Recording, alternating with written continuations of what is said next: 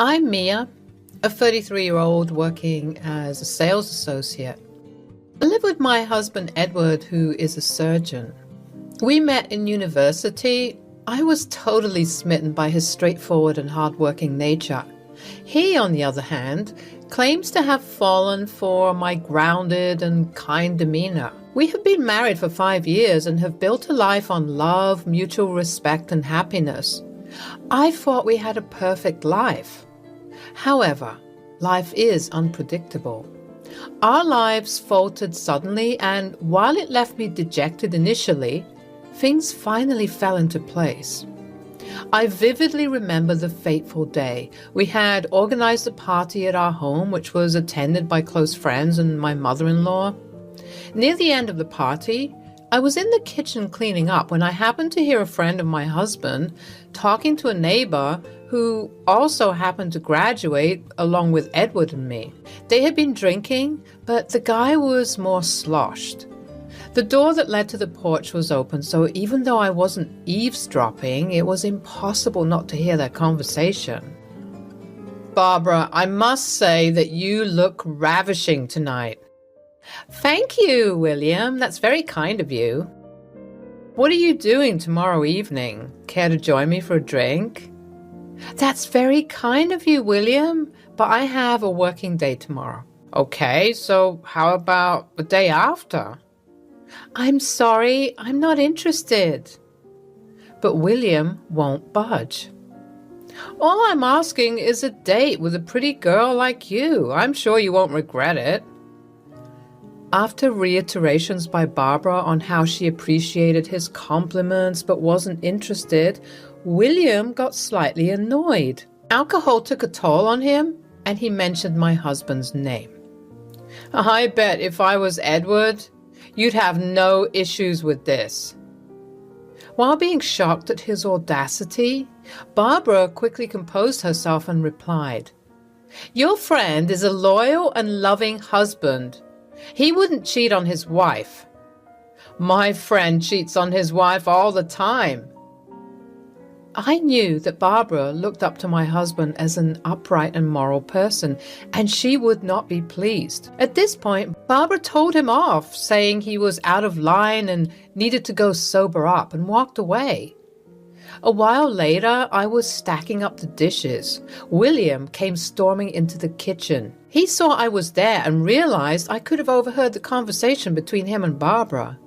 He showed little regret for his behavior and instead said, "Glad that you're here, Mia, because all that you heard was true. It's annoying how Edward gets away with it and never gets held accountable." To be honest, I didn't trust William with this. He was Edward's colleague at the hospital. I had heard from Edward's other colleagues and Edward himself how William was jealous of Edward's caliber and shit-talked about him at the hospital. I could guess that his words were stemming from the resentment he had for Edward. I just looked at him as he spoke and proceeded with my chores. The next thing I heard was a squabble between William and Edward near the garage. "You don't deserve anything you have, Edward." Edward was calm and tried to deal with the situation peacefully. "I think you need to head home, William. You are not in your senses. I'll ask a friend to drop you home." "Huh. I don't need your charity. It was a mistake to come to this party." I felt sorry for Edward. He didn't deserve anyone's spite or snide remarks. It ended with me stepping in and kicking William out after he went overboard. "I'm sorry for William's behavior, love. He's a jerk sometimes. I hope he didn't say anything brazen to you." "Oh, no, don't worry about it. He made Barbara uncomfortable, though." "Oh, that punk. I'll take care of it. Let's sleep now. It's too late." Sometime later, I was laid off from my company as a restructuring measure. Though the sudden change disturbed me, I continued to apply for other jobs. However, luck wasn't on my side. My layoff also affected my relationship with Edward. I noticed he was growing increasingly distant and aloof. We had spats on trivial issues like me spending a bit more on home decor or simply me sitting at home. I don't believe this, Mia. I don't think we need a new washing machine. This one just needs repairs. You find new reasons to spend money, don't you? We have been using this machine for months, Edward. It is rugged and noisy. There's a risk of electric shock. Safety comes above money, right? That's easy for you to say since you aren't the one spending. Let me handle the major expenses, all right? You focus on getting a job. It was surprising how my brief unemployment changed a lot between us. I was ridiculed even though Edward was earning well and we could manage until I got a job. My savings were limited and I reduced asking Edward for money to a bare minimum. I was managing my expenses. However, the loving wife in me thought his disdainful behavior would drive me to get a job soon. After all, I would be financially self-dependent to a great extent like before. I was supposed to leave for a friend's wedding one day. I readily accepted an offer from another friend to pick me up since I didn't want to bother Edward with cab fares. I bid Edward goodbye. His cold response hurt me, but I decided not to spoil my mood. However, my friend got a bit late and I decided to wait in the living room. Edward did not know that I was still in the house. A while later, I heard a knock on our door. When I opened the door, a woman, who seemed to be our age, stood in front of me. She seemed confused, looking at me, and then apologized, saying she knocked at the wrong door. Suddenly, Edward came up from behind and uttered in a displeased manner, "Oh, you're still here?" "Yeah, I am, running a bit late. My friend should be here any time soon." It seemed like Edward wasn't expecting me there. It was my house too, and his attitude cast a doubt. He nodded and went up to the woman's car that was parked outside. They talked for 5 to 10 minutes and she drove away. I left some time later. However, this incident kept running at the back of my mind. After I returned from the wedding, I casually tried to bring up the matter one evening. "So, the woman that came that day, was she a patient?" Edward gave me a stern look, which intimidated me a little. I don't think I could have interrogated him any further. He looked down at his phone and murmured, "She's just a friend." "Oh, all right. I haven't seen her before, though." "Oh, come on, Mia. You don't have to be so inquisitive about everything.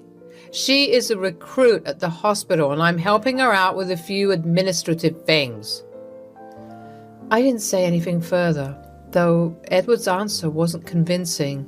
It seemed like he was simply avoiding the conversation. Days passed by. One fine day, I returned from an interview and walked in on a semi-naked Edward on a video call with a woman. I was shocked to my core. I stood there numb, facing the Herculean task of comprehending that Edward had been cheating on me. He stumbled and nearly fell off from the chair he was sitting on. However, he got normal in a moment. After I got back to my senses, I shouted, "What on earth is this, Edward? What are you doing?" Edward stood in silence. "Since how long have you been cheating on me? Are you sleeping with this woman?" What surprised me was that Edward was so unbelievably unbothered. He looked at me for a moment and said, "Yes." I was speechless. "Are you sleeping with others too?" "Yes." I felt like I was struck by 1,000 electric shocks at once. I wondered where I went wrong in our marriage. Did he feel I started loving him any less? I had patiently endured all the tension that entailed between us after I lost my job, and this man, whom I have loved for 5 years, stands before me remorseless, telling me that he has been cheating on me with random women. William wasn't that much of a punk after all. All that could come out of my mouth was, "Since when?" Edward rolled his eyes and said he could not recall precisely, but it all started after things between us went downhill. He talked about it as if it were normal. He told me calmly that he wasn't attracted to me anymore. I got upset and started yelling at him. How could you do this to me, Edward? I thought you loved me. You dare to shamelessly admit your infidelity before me? I cannot live with you anymore. I need a divorce. Edward broke into a burst of humiliating laughter. He jeered at me. Ha! You can never do that. Look at me. I'm rich. I have a job, and you, on the other hand, are unemployed. How will you pay the lawyer's fees? If you think you can easily get a divorce and a heavy alimony, you should look at yourself in the mirror. You don't have a choice, Mia. His words hurt the strong, independent woman in me. The fact that I gave him the authority in my life to utter those words out of his mouth and look at me as a dependent and docile wife enraged me. I realized it was futile to talk to him at that time. I packed some of my belongings and stormed out of the house. After moving out, several things dawned upon me. It was late at night and I didn't know where to go. However, I was certain that I wouldn't keep my mother-in-law bereft of her son's wrongdoing. I decided to visit her. My mother-in-law, Judy, was a home baker. She was my inspiration. Her lean figure and graying hair would distract anyone from the fact that she was a powerful woman, full of energy, who kept the environment around her lively. Oh, Mia, what a pleasant surprise. Come in, dear. Hello, Mama. Did you come alone? Where's Edward? He isn't coming. What's wrong? Talk to me. I left that home, Mama. I'm not going back again. What are you talking about? Did you two fight? It wasn't just a fight, Mama. I found out that he's been cheating on me. What nonsense. I didn't bring him up to be a cheater. You are definitely under some wrong impression. How did you get to know about this? I walked in on him and a woman having a video call in an objectionable state. As Judy intercepted my statement, she looked at me blankly and slowly walked out of the house into the garden. Her response was concerning. I realized that maybe telling her about this was a bad decision because she would support her son anyway. Edward was her only son and also her weakness. Though she loved him, I knew who was winning here. I could not sleep all night. The next morning, I went up to her room. She wasn't there. I was worried. She didn't answer my calls. As I went out looking for her, I found her coming towards me. I hugged her and broke down. I'm sorry, Mama. Please don't be mad at me. I will work things out with Edward. Have you lost your mind? You don't let a man dictate you anything or take charge of your life or happiness. Where have you been all night?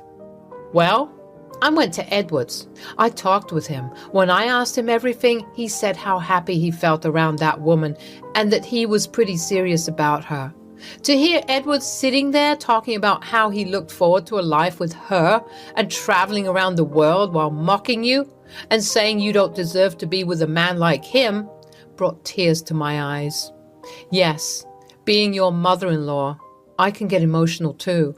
When I couldn't tolerate him making fun of your taste and style, I slapped him, called him disgusting, and left. But where have you been in the morning? Well, I called our family lawyer, Veronica, in the morning and went to consult her at her office about your divorce.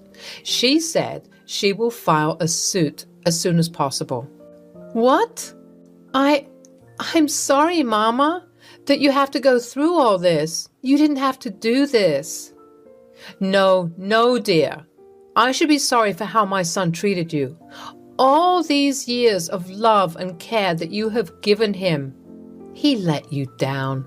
I feel terrible that I failed as a mother. No, Mama, you are an amazing and kind person. Edward didn't respect your values. I want you to know that we can stall the divorce proceedings for now if you want to take some time to think through this. You don't have to make any decisions or moves at this moment, okay? I'm with you. Breathe and pause before you take the next step. Get your financial ducks in a row first. The next day, Edward received a call that he had been contacted by a lawyer regarding divorce proceedings. I received a frantic call from him. Who do you think you are? Would you be able to pay your lawyer as long as the proceedings continue? You have absolutely no shame. After all, you were used to spending your savings on petty things. I do not want to listen to your rubbish, Edward. I shall see you in court. As Edward was speaking, Judy, who was passing by, took my phone and chided me. Don't you dare traumatize Mia. How cruel can you be? Why don't you just let her go respectfully instead of creating a scene? I still can't believe you cheated on this innocent soul. I will take care of the lawyer. Veronica will smash you in court. Edward was stunned. He managed to utter, Mom? It was done at your behest? How could you do this to me? I'm your son. Not anymore, she said and hung up. From that day on, I started respecting my mother-in-law even more. It takes a lot of courage to do what she set out to do. I began staying with her. During this time, she tried her best to motivate me, keep me happy, and engage me with her so that I don't drown myself in bad thoughts. Edward's cousin's wedding was a week down the lane, and he was supposed to be the best man. However, Judy forbade him to attend the wedding. His cousin was hurt, and it hurt me to see him that way. Judy, however, convinced me that I need not worry about anything, and Edward made that fall upon himself. I reached out to William to dig deeper about the woman I saw outside my house the other day. She's Susie, a resident doctor. A few of our colleagues used to doubt that something was going on between her and Edward. I believe they'd be able to say something. Luckily, I met one of Edward's colleagues whose laptop Edward had used to send emails to Susie quite a few times since his phone used to act up sometimes. He had forgotten to delete those emails from the recycle bin. During the proceedings, Edward made spurious allegations about me, including the fact that I was domestically abusive, especially after I lost my job, and used to doubt his loyalty unnecessarily. He went to the extent of alleging that I had a borderline personality disorder and I wasn't fit to live in a normal marital relationship. I produced screenshots of emails as evidence. Many of Edward's colleagues also testified against him. Edward, on the other hand, only had Barbara and a few close friends to vaguely testify about his noble character. The jury did not find his arguments too convincing and granted a divorce with alimony.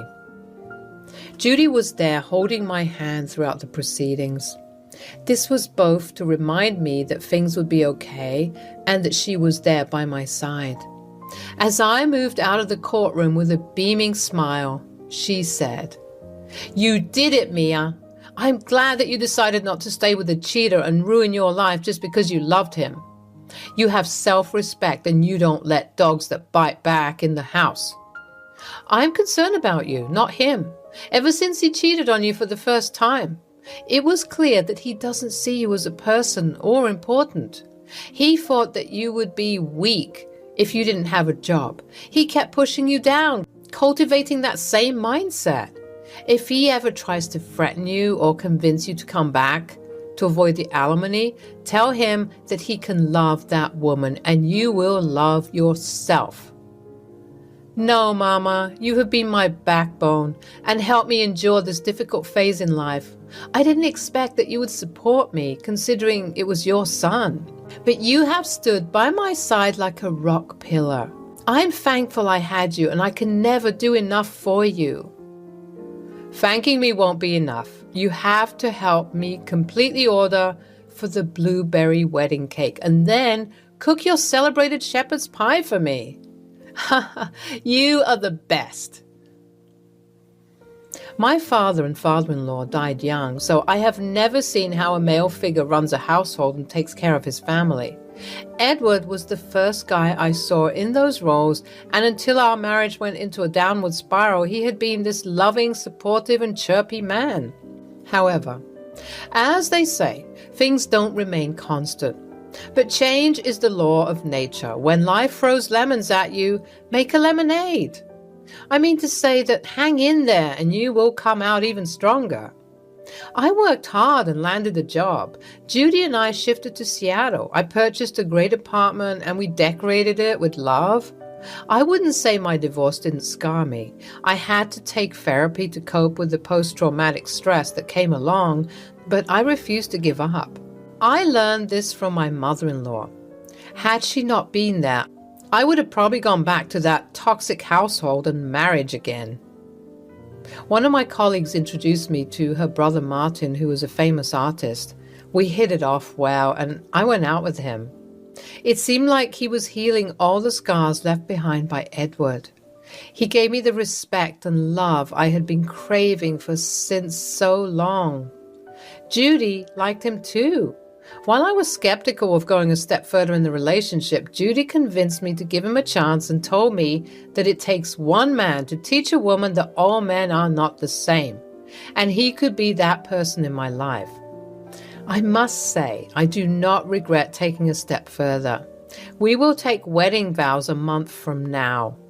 I am finally living my best life.